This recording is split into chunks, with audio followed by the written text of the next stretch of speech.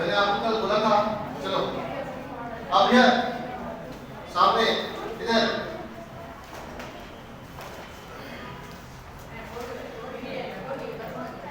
Modes of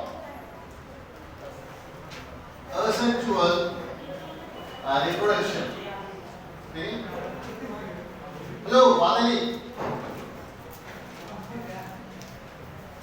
इसमें मैंने सबसे पहले आपको बोला था शाबाश binary fission, good. Number second is budding, number third is sporulation, and number fourth is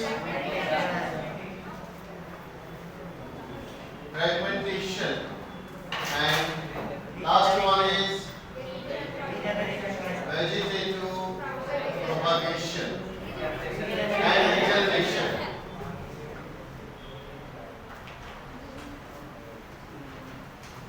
शाबाश।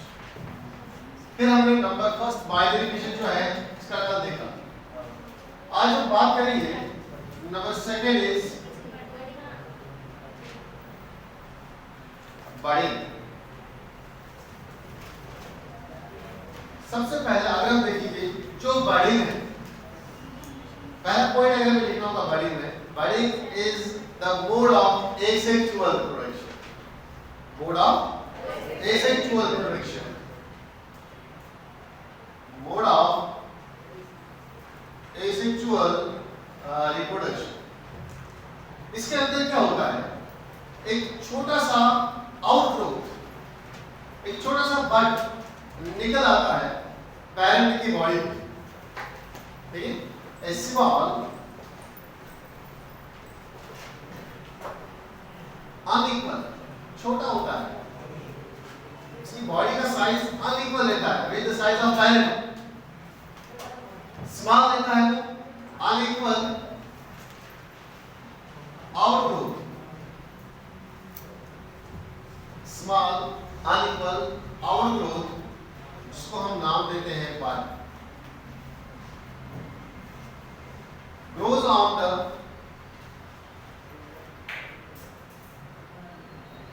Parents body. जो पेरेंट की बॉडी होती है उस पे एक छोटा सा आउटग्रोथ निकल आता है, एक छोटा सा बड निकल आता है, ठीक है। ये जो बड यहाँ पे निकल आया, कि ये बड जो है इसकी ग्रोथ होती है, ये साइज में लार्ज हो जाता है और फिर ये बनाता है न्यू ऑर्गेनिज्म, फिर ये बनाता है न्यू ऑर्गेनिज्म। क्लियर? क्या बोला मैंने? सबसे पहले मैंने बात की बड़े की, जो सेकंड स्टेज है हमारे एसेक्सुअल रिप्रोडक्शन का, इसमें एक छोटा सा अनइक्वल आउटग्रोथ, जिसको हम बड बोलते हैं, वो बड ग्रो हो जाता है बॉडी की सरफेस में, पेरेंट की बॉडी की सरफेस में, और जो बड जब निकल आएगा फिर उसकी ग्रोथ होती है with passage of time. Time के साथ साथ ये बड जो है ये ग्रो करता है, लार्ज होता है साइज में, और उसके बाद ये एक न्यू ऑर्गेनिज्म बनता है। जब इसकी ग्रोथ कंप्लीट होती है तो फिर ये बॉडी से डिटैच होता है, डिटैच यानी कि separate, it separates from the parents body. जिस पेरेंट के साथ अटैच था वहां से ये सेपरेट होता है, अलग हो जाता है, कट जाता है, उसके बाद ये एक न्यू डॉटर ऑर्गेनिज्म बनता है। सब ऐसी कोई एग्जांपल है जिसमें बडिंग होता है? शाबाश। आपने सुना होगा हाइड्रा का नाम, एक सीलन फिक्स जो समुद्र के पानी में रहता है, हाइड्रा, ठीक है। There is another example, that is yeast, ठीक है। और एग्जांपल्स हैं, आपने स्पंज का नाम सुना होगा, पॉलीफिरन, पॉलीफिरन को हम स्पंज बोलते हैं, These are the main three examples of those organisms which shows budding. ये ऐसे ऑर्गेनिज्म हैं जिनमें एसेक्सुअल मोड ऑफ रिप्रोडक्शन हो रहा है थ्रू बडिंग। अगर मैं बेटा बडिंग की बात करूंगा, ये बडिंग जो है ये दो टाइप्स के होते हैं। दैट मींस ये जो बड निकल आ रहा है ये बॉडी के आउटर सरफेस पे भी निकल आएगा, ये बॉडी के अंदर भी निकल आता है। ठीक है, इसको हम बोलते हैं एक्सटर्नल बडिंग, एक्सटर्नल बडिंग, और दूसरे को हम बोलते हैं इंटरनल बडिंग, है ना। Simply external budding and internal budding, budding के दो टाइप्स हैं। किस बेस पे? इस बेस पे कि जो ये बड है ये बॉडी के आउटसाइड ग्रो हो रहा है या बॉडी के अंदर ही बड निकल रहा है, उस बेस पे बडिंग के दो क्लास होते हैं।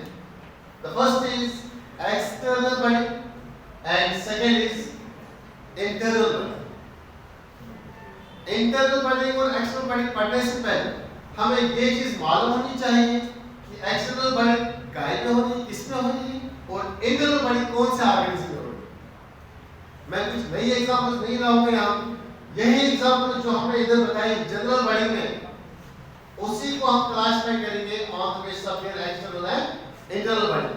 सबसे पहले external budding, this occurs in hydra and yeast. Internal budding की बात करेंगे तो स्पॉन्ज, जो पॉलीफेनियल्स आते हैं, पॉलीफेनियल्स में होती है इंटरनल बडिंग, और यीस्ट एंड हाइड्रा में होती है एक्सटर्नल बडिंग, बाहर से बड ग्रो हो रहा है। मैं लिखूंगा पॉइंट यहां पे, bud is grow on the external surface of body।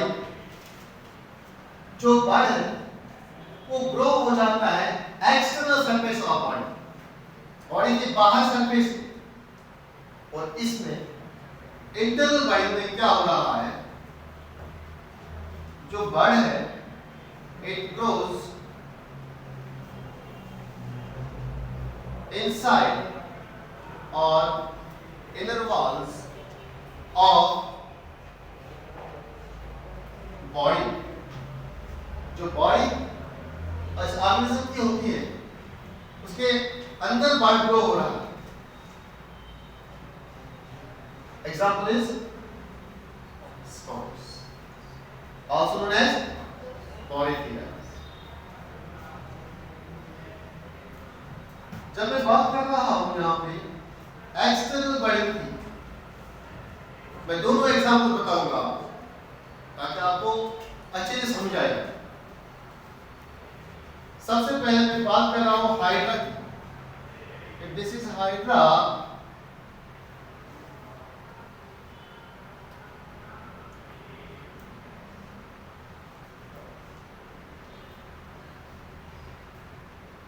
parent hydra, ये पैरेंट हाइड्रा है।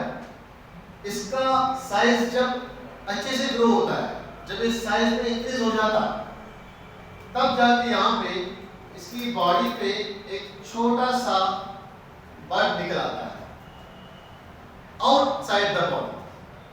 देखो ये इसका इंटरनल सरफेस बॉडी का है, ये इसका आउटर सरफेस है। बड कहाँ पे ग्रो हो गया, बॉडी के अंदर या बॉडी के बाहर, towards outside. This structure is known as bud, इसको हम बड बोलते हैं। तो जैसे जैसे समय गुजरता जा रहा है, जैसे जैसे टाइम गुजरता जा रहा है, ये जो बड है ये इसकी ग्रोथ हो जाती है, इसकी ग्रोथ हो जाती है। ये पैरेंट हाइड्रा है,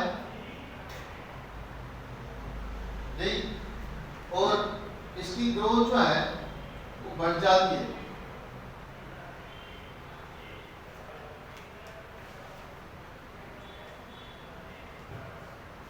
ठीक है,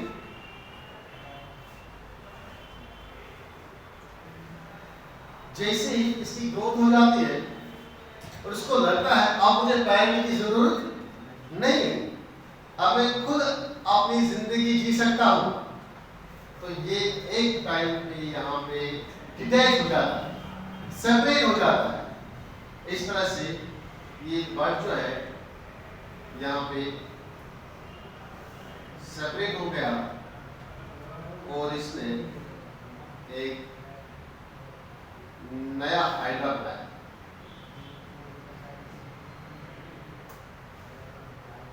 न्यू हाइड्रा, क्लियर? ठीक है, इस तरह से हाइड्रा में क्या होती है, बड़ी। इसको आप लिखोगे parent hydra, this is parent hydra, साथ साथ लिखो, दिस इज पेरेंट हाइड्रा। इसी तरह मैं यहाँ पे एग्जांपल नंबर सेकंड दूंगा। Body is also shown in yeast. The yeast, मान लो सिंपल ये कोई yeast है, this is parent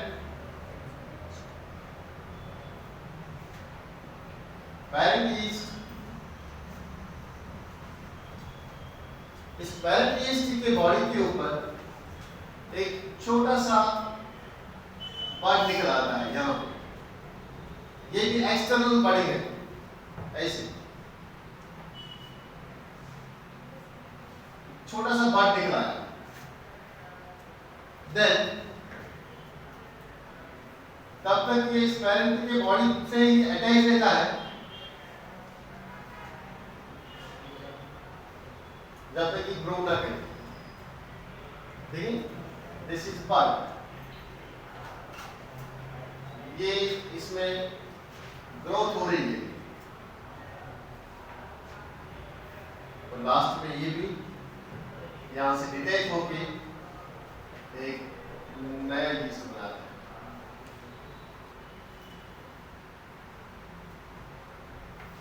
new yeast, clear? ये दोनों किसके एग्जांपल्स हैं? External body. दोनों किसके एग्जांपल्स हैं? External body. आपने लिखा फास्ट, इसको लिखना है फास्ट। तब तक मैं रिपीट करता हूं, हाइड्रा, यीस्ट एंड पॉलीफेनस ऐसे तीन एग्जांपल हैं जिसमें बॉडी हो रही है। बॉडी के दो टाइप्स हैं, एक्सटर्नल बॉडी, ऐसी बॉडी जिसमें बर्ड ग्रो हो रहा है on the external surface of body, body के बाहर सरफेस पे। एग्जांपल है हाइड्रा एंड यीस्ट। बात करके इंटरनल बर्ड की, सॉरी इसके बाद पहले ये तो एग्जांपल बताऊंगा। हाइड्रा जो है इसका example of hydra and this is the example of yeast. ये पेरेंट यीस्ट का, दिस इज डॉटर यीस्ट। नया ऑर्गेनिज्म बना, एक से अब दो बन गए। यहाँ पे पेरेंट था, इसने अपना ऑफस्प्रिंग दे दिया। इस तरह ये भी पेरेंट था, इसने अब ऑफस्प्रिंग दिया। ओके, शाबाश। इसके बाद हम बात करेंगे मोस्ट इंपॉर्टेंट इंटरनल बॉडी।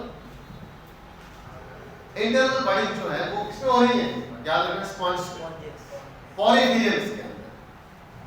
ठीक है, शाबाश, फटाफट लिखो, शाबाश।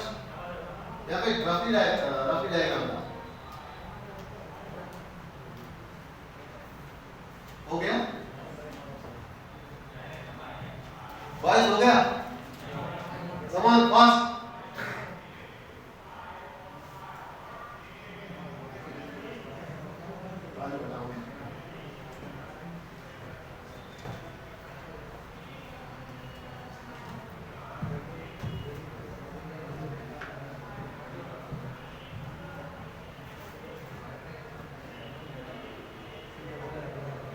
ये हो बेटा, ये वाला क्वेश्चन, शाबाश।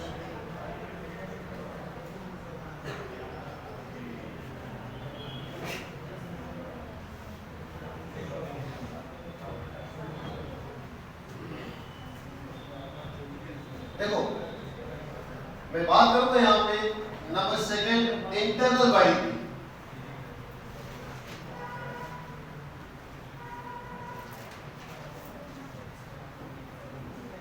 इंटरनल बॉडी में क्या होता है? बॉडी जो है वो बॉडी के अंदर ग्रो हो जाता है। Example is sponge. देखो बेटा ये एक स्पॉन्ज है,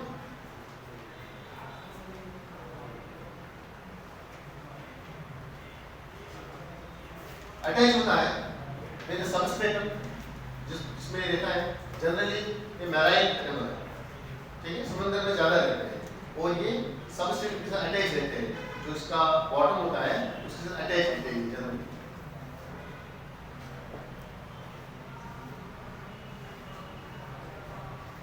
ये जो इसकी बॉडी जब देखोगे तो इसमें आपकी बॉडी, इसकी बॉडी में आपको क्या दिखेंगे ऐसे होल, छोटे छोटे छेद ऐसे, ठीक है। ये जो होल्स है इन होल से पानी अंदर ले जाता है और ऊपर एक बड़ा सा होल होता है जहां से वो पानी बाहर निकलता है। अगर हम इसका कोई सेक्शन काट के देखेंगे इसके अंदर क्या होते हैं, बॉडी के अंदर कैसे बर्ड होता है, तो कोई भी सेक्शन काटो इसको ऐसे, फिर देखो इसका जब हम सेक्शन काटते हैं तो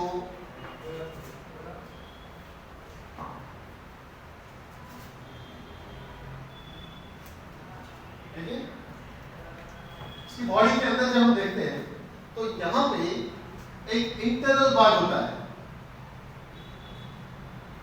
एक इंटरनल बर्ड होता है। थोड़ा बड़ा बना होगा, जो पीछे बैठे हैं उनको भी देखिए, एक इंटरनल बर्ड होता है। दिस इज ये वॉल है बॉडी का, inner wall, inner wall of body. इसके ऊपर एक बर्ड ग्रो हो रहा है। This is known as internal bird. बातें नहीं, this known as internal bird.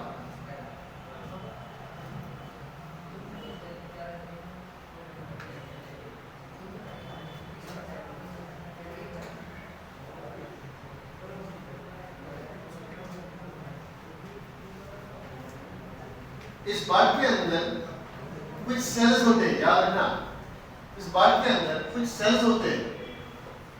उन सेल्स को हम नाम देते हैं archaeocytes, archaeocytes.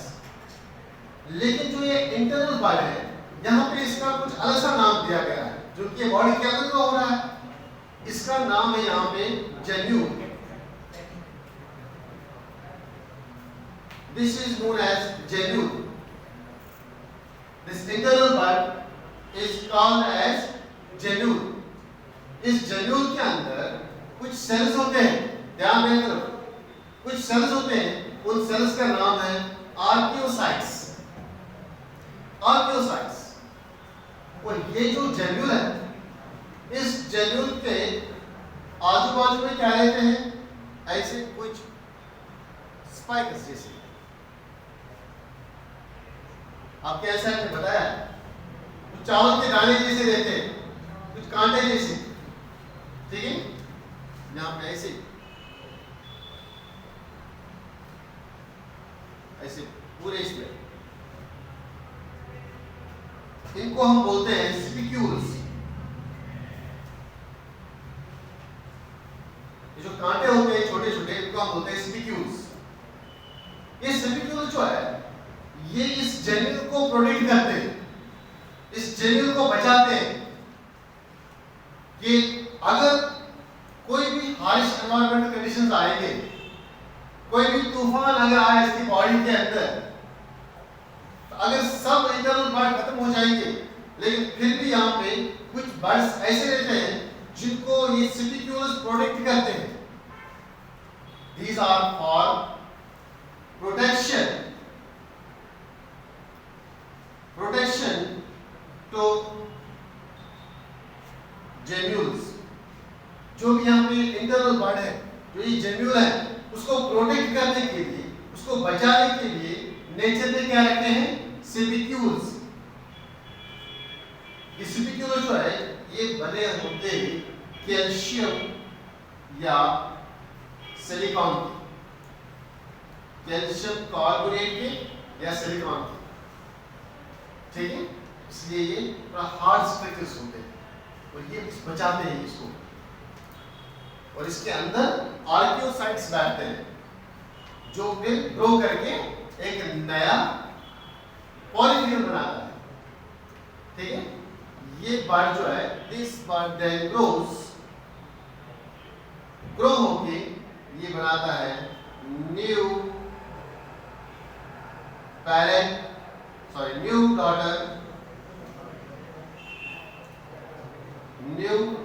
Daughter पॉलीफिला,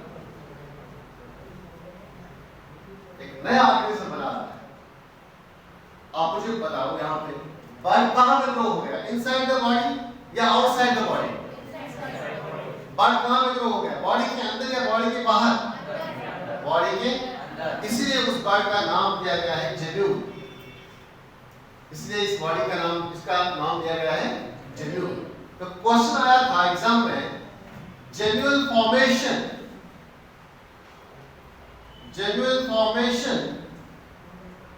occurs in which of the following organism? कौन से ऑर्गेनिज्म में जेब्यूल फॉर्मेशन होती है? स्पॉन्जेस, ठीक है, या पॉलीफिलिया। क्लियर हुआ, समझ आ गया आपको? फटाफट कोई सुन, वही डायग्राम आपके आंसर ने बताया है, ठीक है। तो उसको जेब्यूल बोलते हैं। जेब्यूल के अंदर होते हैं आर्कियोसाइट्स, इनको बचाते हैं ये स्पिक्यूल्स, ये बने होते हैं कैल्शियम और सिलिकॉन की, जो इनको प्रोटेक्ट करते हैं इन जेब्यूल्स को। ये वाला लिखा आपने बेटा हाइड्रा का? ओके, शाबाश।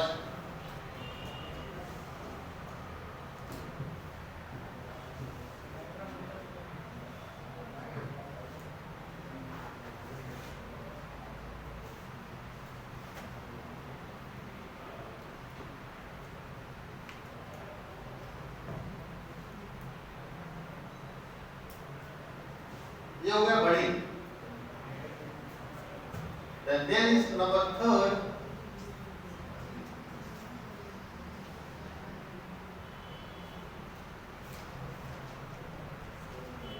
sporulation. Number third is sporulation. शाबाश, जल्दी से पढ़ो बेटा, लिखा? Okay, sporulation।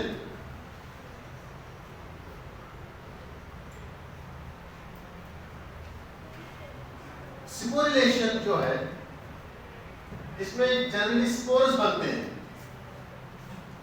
Formation of spores. ये जो स्पोर्स हैं, these are the external structures। मैं लिखूंगा मैं स्पोर्स क्या होता है, they are external structures। External structure होता है किस लिए? for the protection of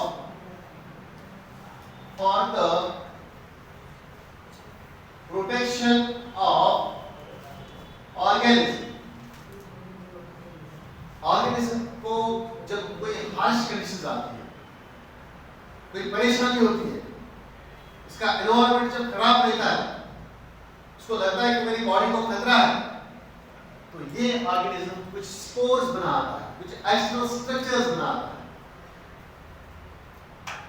तो सबसे पहले इसमें यहाँ पे एग्जांपल देंगे कुछ एनिमल्स की जो यहाँ पे स्पोर्स बनाते हैं। इससे पहले स्पोर्स की मैं एग्जांपल बताऊंगा। स्पोर्स जो है वो होते हैं इन द फॉर्म ऑफ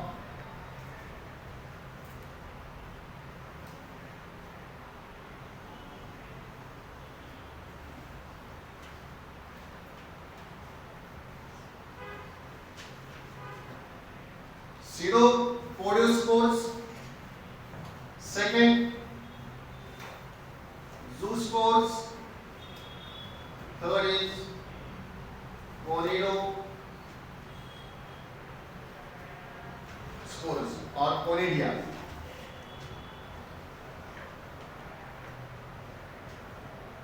ये स्पोर्स के कुछ एग्जांपल्स हैं। अब देखिए, अब मैं उन ऑर्गेनिजम्स की एग्जांपल बताऊंगा which shows the reproduction through sporulation. अब sporulation से कैसे रिप्रोडक्शन कर सकता है ये ऑर्गेनिज्म? इसमें उन ऑर्गेनिज्म का सबसे पहला इसमें आता है एमीबा। लेकिन सर कल आपने पढ़ाया एमीबा बाइनरी फिशन से मल्टीप्लाई होता है। एमीबा जो है वो बाइनरी फिशन से अपना रिप्रोडक्शन करता है, लेकिन यहाँ पे आज आपने फिर बोला वो स्पोरुलेशन भी करता है। ये जो स्पोरुलेशन का टाइम आता है हाइड्रा को, एमीबा को, वो नॉर्मल कंडीशन में नहीं करता है स्पोरुलेशन। जब इसकी बॉडी को कोई हैजर्ड कंडीशन आती है, कोई हार्श एनवायरनमेंट आता है, कोई डेंजर लगता है, इसकी बॉडी को कोई डेंजर लगता है, फॉर एग्जाम्पल जिस पानी में ये रहता है, जिस जगह ये रहता है, वहां पे आपने कुछ केमिकल डाला, या वो पानी जो है वो पोल्यूट हो गया है ना, हो सकता है। तो उस समय क्या करता है, ये एनीमा को लगता है कि मेरी बॉडी को खतरा है, ये एनीमा यहाँ पे बैठा है, इसको लगता है कि मेरी बॉडी को डेंजर लग रहा है, कहीं मैं मर न जाऊं, ये एनवायरमेंट की कंडीशन बहुत ही खतरनाक है। तो उस टाइम पे ये क्या करता है, ये अपने बॉडी के ऊपर कुछ कवरिंग डालता है, ऐसे कुछ कवरिंग डालता है अपने बॉडी के ऊपर। वो कवरिंग जो है वो 3 लेयर्स की होती है, first layer, second layer and third layer. Is the covering of 3 layers. ये ध्यान से सुनना, covering of 3 layers on the body of amoeba. amoeba के बॉडी के ऊपर amoeba की जो ये सेल होती है, ये अपने सेल के ऊपर एक कवरिंग चढ़ाता है, 3 लेयर्स की कवरिंग। इस प्रोसेस को हम नाम देते हैं encystation. This process is known as encystation. This process is known as encystation. जिनके पास पुरानी एनसीईआरटी है, 2-3 साल पुरानी, उस पे नहीं है, और जो न्यू एनसीईआरटी आया है उस पे लिखा है ये पॉइंट, देख के एक बार चेक करना। एनसाइसेशन क्या है? एनसाइसेशन इज अ प्रोसेस, एक ऐसी प्रोसेस है जिस प्रोसेस से हाइड्रा हैजर्डस कंडीशंस में अपने बॉडी के ऊपर कुछ लेयर्स डालता है अपने आप को बचाने के लिए, अपने आप को बचाने के लिए। और जब तक बाहर एनवायरनमेंट खराब रहता है तब तक ये लेयर्स की बॉडी के ऊपर प्रेजेंट रहते हैं, और तब तक क्या कर रहा है, ये अपने आप को बचाता है ना, अपने आप को बचाने के लिए लेयर्स डालता है। लेकिन जब तक ये एनवायरनमेंट खराब रहता है, जब तक कंडीशंस बाहर खराब रहती है, तब तक ये क्या करता है, जो ये सेल है, जो ये एनीमा अंदर बैठा है, तब तक ये अपने प्लाज्मा मेम्ब्रेन को लिसिस करता है, अपना जो प्लाज्मा मेम्ब्रेन है इसको तोड़-फोड़ करता है और छोटे-छोटे स्ट्रक्चर्स बनाता है। ऐसे इन स्ट्रक्चर्स को हम नाम देते हैं सीरोपोडियोस्पोर्स। इनको हम नाम देते हैं सीरोपोडियोस्पोर्स। इनको हम नाम देते हैं सीरोपोडियोस्पोर्स। सीरोपोडियोस्पोर्स कहां पे बने? इस एनसाइसेशन के अंदर। ये जो लेयर्स है इनके अंदर बन रहा है। कैसे बन रहा है कि जो ये उसकी बॉडी थी, ये फिशन पे जाती है, मल्टीपल फिशन,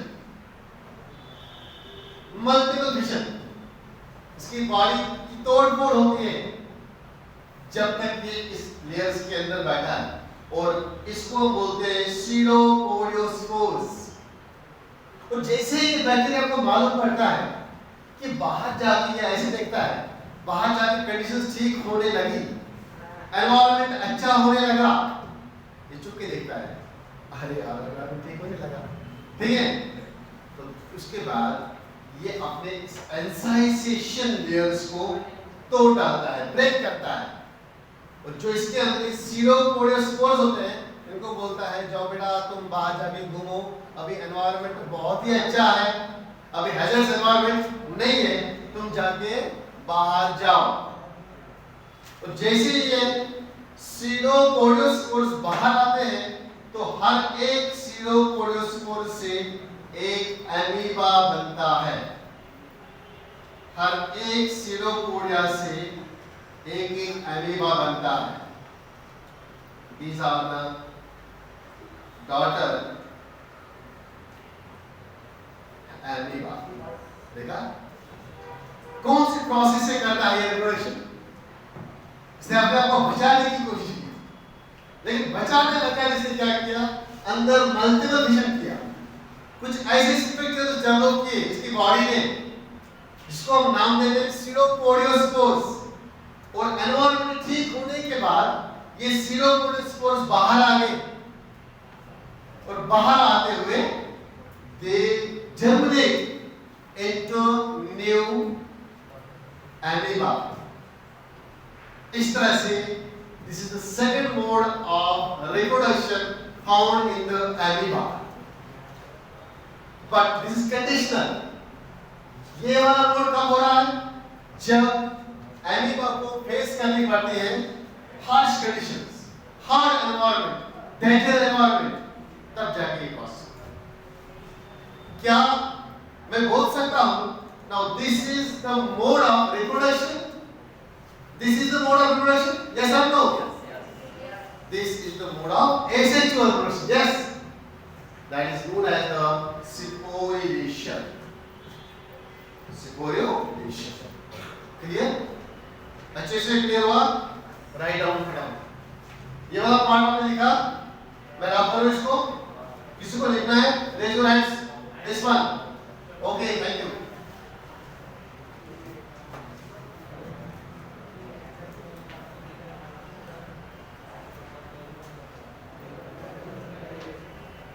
Now मैं बात करूंगा यहाँ पे zoospores, सेकंड मोड ऑफ इसी से होता है। अगर मैं बात करूंगा सेकंड एग्जांपल की इसी में, that is zoospores। ये zoospores जो है मेजॉरिटी आपको देखने को मिलेंगे इन द प्लांट किंगडम। जो प्लांट्स होते हैं, बहुत सारे प्लांट्स अपने बॉडी के अंदर कुछ स्ट्रक्चर्स बनाते हैं, इनको हम बोलते हैं zoospores। ये जो zoospores होते हैं these are flagellated, इनके ऊपर फ्लैजिला रहता है, छोटे छोटे स्ट्रक्चर्स रहते हैं जिनसे ये मूव करते हैं। एनिमल किंगडम में देखने को मिलेगा, एग्जांपल इज क्लाइकोडोमोनास।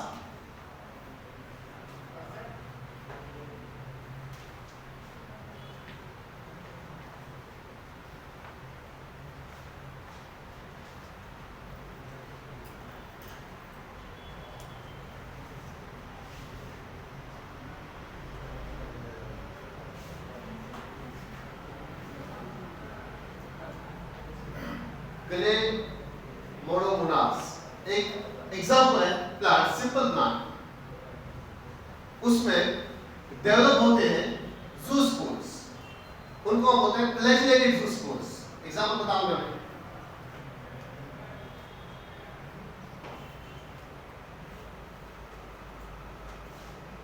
आपके एनसीईआरटी में बताया है, ठीक है। ऐसे जो इनकी कवरिंग होती है,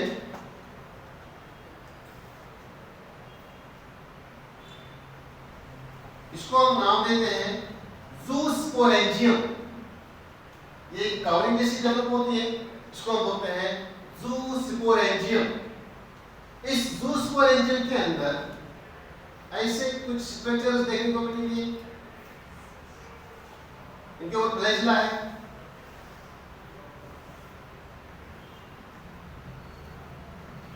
कुछ बाहर आते हुए, कुछ अंदर से मूव कर रहे हुए ऊपर, ऐसे आपको दिखेंगे ऐसे। ये जो स्ट्रक्चर्स बैठे हैं इन्हीं को हम बोलते हैं ज़ूस्पोर। ज़ूस्पोर्स ये एक कवरिंग में होते हैं, बंद किए हुए, उसको हम बोलते हैं, उस कवरिंग को ज़ूस्पोरेंजियम। ज़ूस्पोरेंजियम। तो ये जो ज़ूस्पोर है इसके ऊपर फ्लैजिला होता है, फ्लैजिला जिससे ये मूव करता है, ठीक है। ये जो ज़ूस्पोर है इसके अंदर जो ये जो ज़ूस्पोरेंजियम है इसके अंदर ज़ूस्पोर डेवलप होते हैं। जब भी इस क्लैम्बोडोमोनास को लगता है कि बाहर एनवायरनमेंट खराब है तो ये कवरिंग डेवलप करता है ज़ूस्पोरेंजियम। क्लियर? इस ज़ूस्पोरेंजियम के अंदर डेवलप होते हैं ज़ूस्पोर्स, और जैसे ही कंडीशन ठीक हो जाती है एनवायरनमेंट की, ये ज़ूस्पोर्स आके बाहर आते हैं और ये बनाते हैं न्यू ऑर्गेनिज्म ऑफ क्लैम्बोडोमोनास। क्लैम्बोडोमोनास का ये नया ऑर्गेनिज्म बनाता है। जब आप एनिमल किंगडम, जब आप प्लांट किंगडम पढ़ोगे तो प्लांट किंगडम में आपको ये डिटेल में पढ़ाया जाएगा द रिप्रोडक्शन इन क्लैम्बोडोमोनास कैसे होती है। वहां पे आपको बोला जाएगा ज़ूस्पोर, ज़ूस्पोरेंजियम। तो यहाँ पे आपको थोड़ा सा याद रखना है ये कैसे होता है स्पोरेशन। समझ आ गया आपको बेटा? समझ आ गया? क्लियर? कितना एग्जाम्पल्स हो गए? 2। इसके बाद एक फंगस है, एग्जाम्पल नंबर 3 में, जिसमें आते हैं कोनिडिया। ये स्ट्रक्चर्स है जो स्पोरेशन में बनते हैं। Example number 3 is कोनिडोस्पोर्स।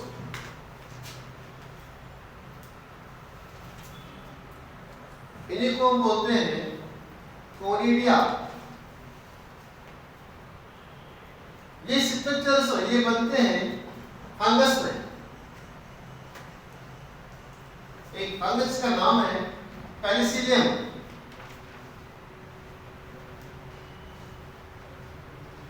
पेनिसिलियम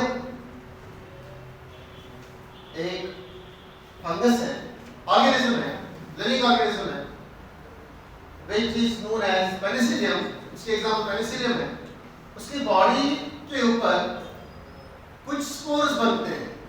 जैसे इसको लगा कि मेरी बॉडी को खतरा है, ये वाला दिखा मेरा आपने ये वाला क्वेश्चन, मैं आप करो इसको,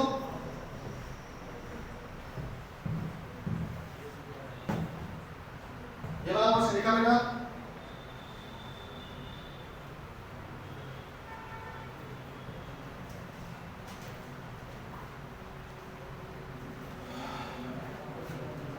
जैसे इसको लगता है, इस पेनिसिलियम को मैं फिर डायग्राम बनाऊंगा।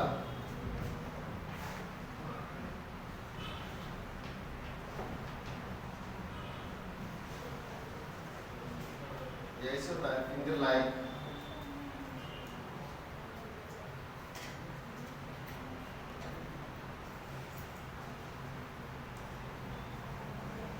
आपके सेट में बताया पेनिसिलियम की बॉडी, ठीक। इसके ऊपर ऐसे कुछ स्पोर्स होते हैं, ग्रो होते हैं, ऐसे वो बहुत स्पोर्स होते हैं ऐसे एक्सटर्नल स्ट्रक्चर्स।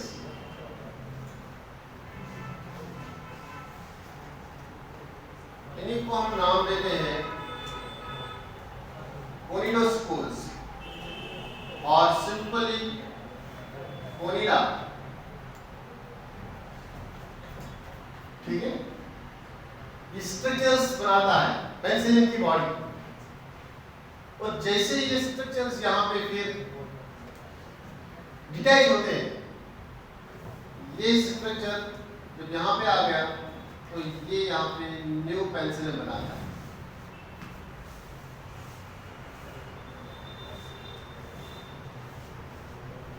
डॉर्डन पेनिसिलियम, ठीक है। इसने इसको फिर एक नया ऑर्गेनिज्म बनाया। ऐसा। This the form of spores, ये एक स्पोर का एक फॉर्म है, ठीक है। जो फंगस होता है ना, फंगई, वो अपनी रिप्रोडक्शन ऐसे ही करते हैं, स्पोर्स बनाते हैं, और वो स्पोर्स जो है वो बरस्ट होकर फिर बाहर आते हैं। जैसे वो बाहर आएंगे फिर वो जर्मिनेट हो जाते हैं। तो जर्मिनेशन के